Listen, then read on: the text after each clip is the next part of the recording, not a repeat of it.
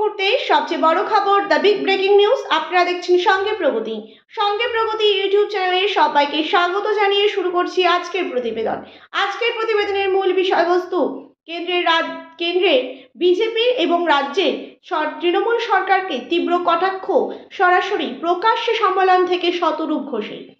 সিপিআইএমের যুবনেতা শতরূপ ঘোষ কেন্দ্রের সরকারের বিরুদ্ধে এবং রাজ্যের যে সরকারের দুর্নীতি তার বিরুদ্ধে কিন্তু তীব্র কটাক্ষ করলেন। তার মধ্যে সব থেকে উল্লেখযোগ্য যে বিষয়টি সেটি হচ্ছে সমকাজে সমবেতন। সমকাজে সমবেতনের কিন্তু দাবি তিনি জানান। অন্যদিকে বেসরকারি ক্ষেত্রেও কিন্তু সংরক্ষণের যে দাবি তাও তিনি জানান। কেন্দ্রের সরকারের বিরুদ্ধে তিনি অভিযোগ জানিয়ে বলেন, জাতি গণনার রিপোর্ট প্রকাশ্যে কেন আনা হলো না এখনো পর্যন্ত, সেই বিষয়ে তিনি কিন্তু তীব্র কটাক্ষ জানান কেন্দ্রের সরকারকে। অন্যদিকে তিনি এও বলেন যে বামেরা যদি ক্ষমতায় আসে, 2026-এর বিধানসভা নির্বাচনে বামেরা যদি ক্ষমতায় আসে, তাহলে কিন্তু প্রথমেই যে সমকাজে সমবেতন এই বিষয়টিকে মাথায় রেখে তারা কিন্তু কাজ করবে এবং দেখা যাচ্ছে বেসরকারি ক্ষেত্রেও সংরক্ষণের ব্যাপারেও তারা কিন্তু নিশ্চয়তা কিন্তু দেবে, এমনটাই কিন্তু তিনি জানান। অন্যদিকে রাজ্য সরকারের 100 দিনের কাজেও যে দুর্নীতি সেটা নিয়েও তিনি কিন্তু তীব্র কটাক্ষ করেন রাজ্যের সরকার অর্থাৎ তৃণমূল সরকারকে।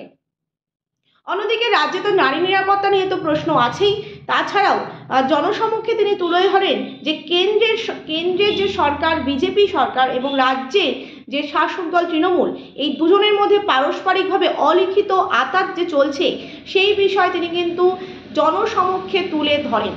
এবং এছাড়াও সবথেকে মারাত্মক অভিযোগ, বর্তমানে রাজ্য সরকার তৃণমূল যে RSS এর টাকায় পরিচালিত হয়, এমনটাই তিনি কিন্তু অভিযোগ তুললেন সরাসরি সরকারকে। অন্যদিকে কেরালার সরকারের প্রশংসা করে তিনি জানান যে সেখানে সমকাজে সমবেতনের যে বিষয়টি তারা কিন্তু অলরেডি চালু করে দিয়েছে এবং সেখানকার ন্যূনতম যে পারিশ্রমিক পার ডে হিসেবে সেখানে কিন্তু 700 টাকা। অন্যদিকে এই রাজ্যে কিন্তু 100 দিনের টাকার কাজ তো বকেয়া রয়েছে, অন্যদিকে 100 দিনের কাজ কিন্তু বন্ধ হয়ে গেছে। সেক্ষেত্রে বলা যেতে পারে যে বেকার হয়ে বসে কিন্তু মানুষ, বেকার যুবরা কাজের সন্ধানে অন্য রাজ্যে পরিযায়ী শ্রমিক হতে কিন্তু বাধ্য হচ্ছে।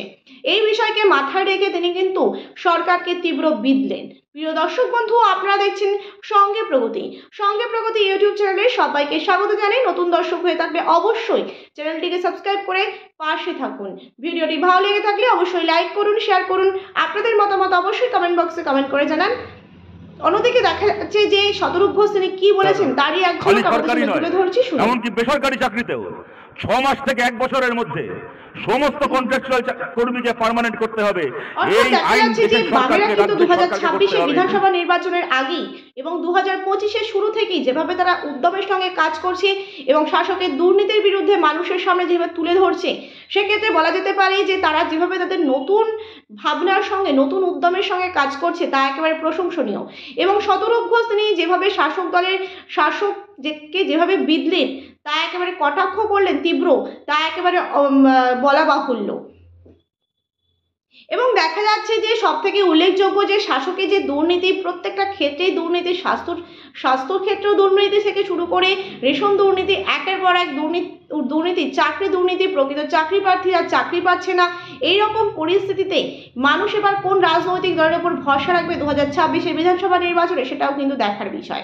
প্রিয় দর্শক বন্ধু, এই ছিল আমাদের আজকের প্রতিবেদন। ভিডিওটি ভালো লেগে থাকলে অবশ্যই লাইক করুন, শেয়ার করুন। আপনাদের মতামত অবশ্যই কমেন্ট বক্সে কমেন্ট করে জানান। নতুন দর্শক হয়ে থাকলে চ্যানেলটিকে সাবস্ক্রাইব করতে কিন্তু একদমই ভুলবেন না। ধন্যবাদ সকলকেই।